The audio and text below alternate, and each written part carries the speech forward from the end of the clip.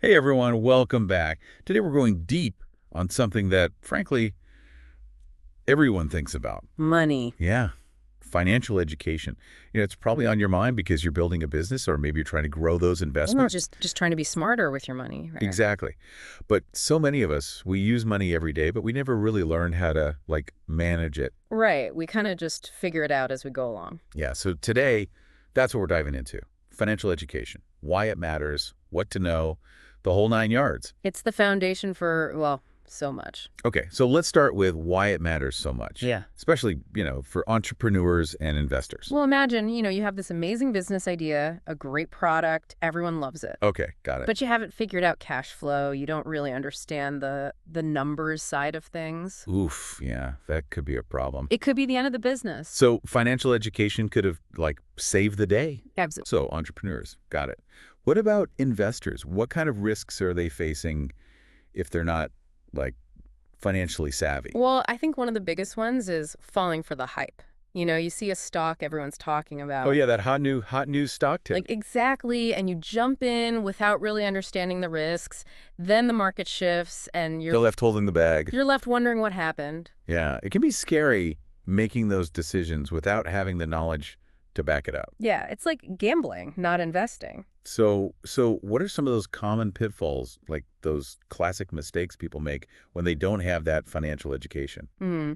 I think for entrepreneurs, mismanaging cash flow is a huge one. Money's coming in, money's going out. But you don't really know where it's all going, Right. You don't have a handle on it. and that can sink a business fast. Oh, for sure. Even a business with a great product. Okay, so cash flow, anything else? Oh, definitely. High interest debt, that can really weigh a business down. It seems like a quick fix sometimes, Bro. especially when you're starting out. It can be tempting, but it can turn into a trap quickly. So what about investors? What mistakes are they making? Well, we talked about chasing trends, but also those get-rich-quick schemes, Oh yeah, those are everywhere. right? And if something sounds too good to be true, It probably is. it probably is. And if you understand how markets work, how to look at risk, You can avoid those traps. exactly, you can protect yourself. It sounds like financial education's, like an immunity booster for your finances. That's a great way to put it. Gives you the tools you need to make good decisions. So we've talked about why it's so important. Now let's get into the nitty-gritty. What skills does an entrepreneur really need? Well, cash flow management, we've got to come back to that. It's essential. That's like the most important thing. It's knowing where your money is going, being able to plan. So it's not just about making money. It's about managing it well. Got it. You also need to understand financial statements, profit and loss, balance sheet, all that. Those can be kind of intimidating. They can, but they tell the story of your business. So you're saying we shouldn't be scared of them. No. Learn how to use them to your advantage. And then there's debt. We talked about that. That's a tricky one. It can be, but it's about understanding good debt versus bad debt. Good debt, bad debt. What's the difference? Well, good debt helps you grow, like a loan for equipment that increases production. Okay, so it's an investment. Exactly. Bad debt is like high interest credit card debt. It's not really helping you. Got it. So use debt strategically. Don't let it use you. Exactly. Okay, so that's entrepreneurs. What about investors? What do they need to know? Well, one of the most powerful concepts is compound interest. It's amazing. I've heard it called the eighth wonder of the world. Right. It's like your money makes more money. Can you give us, a quick example? Sure. Let's say you invest $500 every month. You get an average return of 7%. Okay, $500 a month, 7%. In 30 years, you'd have over $500,000. Wow, that's a lot of money. That's compound interest. So starting early is key. Absolutely. Time is your friend.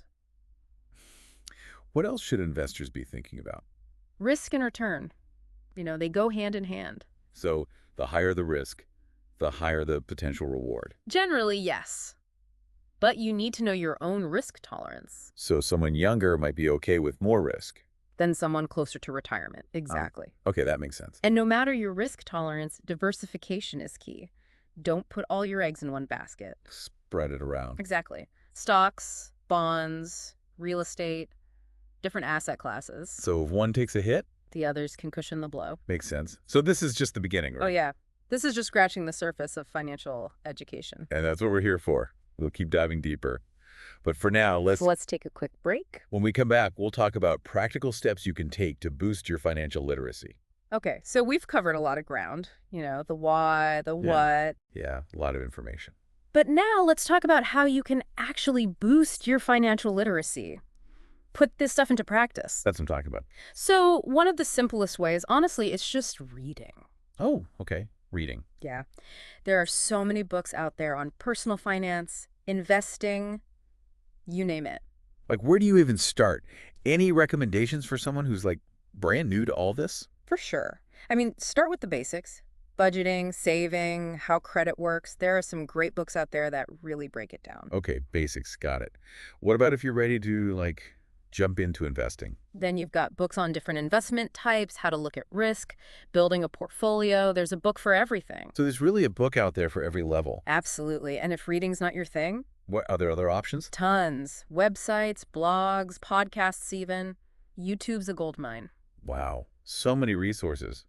And a lot of them are free, I bet. A lot of them, yep. But sometimes, you need a real person to talk to. Right, someone to answer your specific questions. That's where a financial advisor can be helpful. Okay, yeah, they can give you that personalized advice. They can help you plan, choose investments, even things like taxes. So it's like having a coach in your corner. Yeah, that's a good way to put it. But remember, you're still the one making the decisions. So you got to educate yourself too, even if you have an advisor. Right. Be an active participant. Don't just blindly follow. Got it. Be informed. Yeah. Now, what about the emotional side of money? We haven't really talked about that. That's a good point. It's a huge factor. Money can be stressful. Oh, absolutely. Our emotions can really affect our financial decisions. So it's not just about knowing the numbers. It's about understanding your relationship with money. Okay, yeah. How do you even start with that? Well, think about your beliefs about money. Where did they come from? How do they influence your choices? It's like figuring out your money personality. Exactly.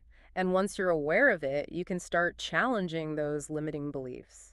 Like if you think you're just bad with money. Right, that can hold you back. Replace those with positive, empowering beliefs. It's about shifting your mindset. Yes. Seeing money as a tool to help you achieve your goals. Love that. And then there's dealing with setbacks. Because they're going to happen. Yeah, everyone makes mistakes. Exactly. It's about how you bounce back. So how do you build that resilience? Having a strong foundation. Emergency fund, a budget, a plan for debt. Okay, so being prepared for those rainy days. Exactly. And when they happen, be kind to yourself, learn from it, move on. Don't dwell on the past. Right. It's a growth mindset. And remember, you're not alone. There are resources, therapists, support groups, even just talking to a friend. Find that support system. Exactly. Okay, now let's get into some practical steps. All right, let's do it. First thing, create a financial plan. A plan, okay. It doesn't have to be super complicated. Just write down your goals, make a budget to help you reach them, Having a roadmap. I like it. and track your progress. Make adjustments as you go. Life changes, your plan should too. Stay flexible. Yes. And don't be afraid to ask for help. Talk to a financial advisor, take a class, even just ask a friend who's good with money. Use those resources. And the most important thing, financial education, it's a lifelong journey. Not a one and done thing. No, it's always evolving. Keep learning, keep growing. The more you know, the better decisions you'll make. So knowledge is power. Exactly. And remember, we talked about the long game, right? Building a business, growing your wealth, it takes time. No get-rich-quick schemes here. Right. For entrepreneurs, focus on building something sustainable. For investors, build a portfolio that aligns with your goals, your risk tolerance. Don't get caught up in the hype. Exactly. Quality investments, over time, they tend to grow. Play the long game. That's it. And remember that example of compound interest? $500 a month. Yeah, the one that turns into $500,000. What if you could bump that up to $1,000 a month?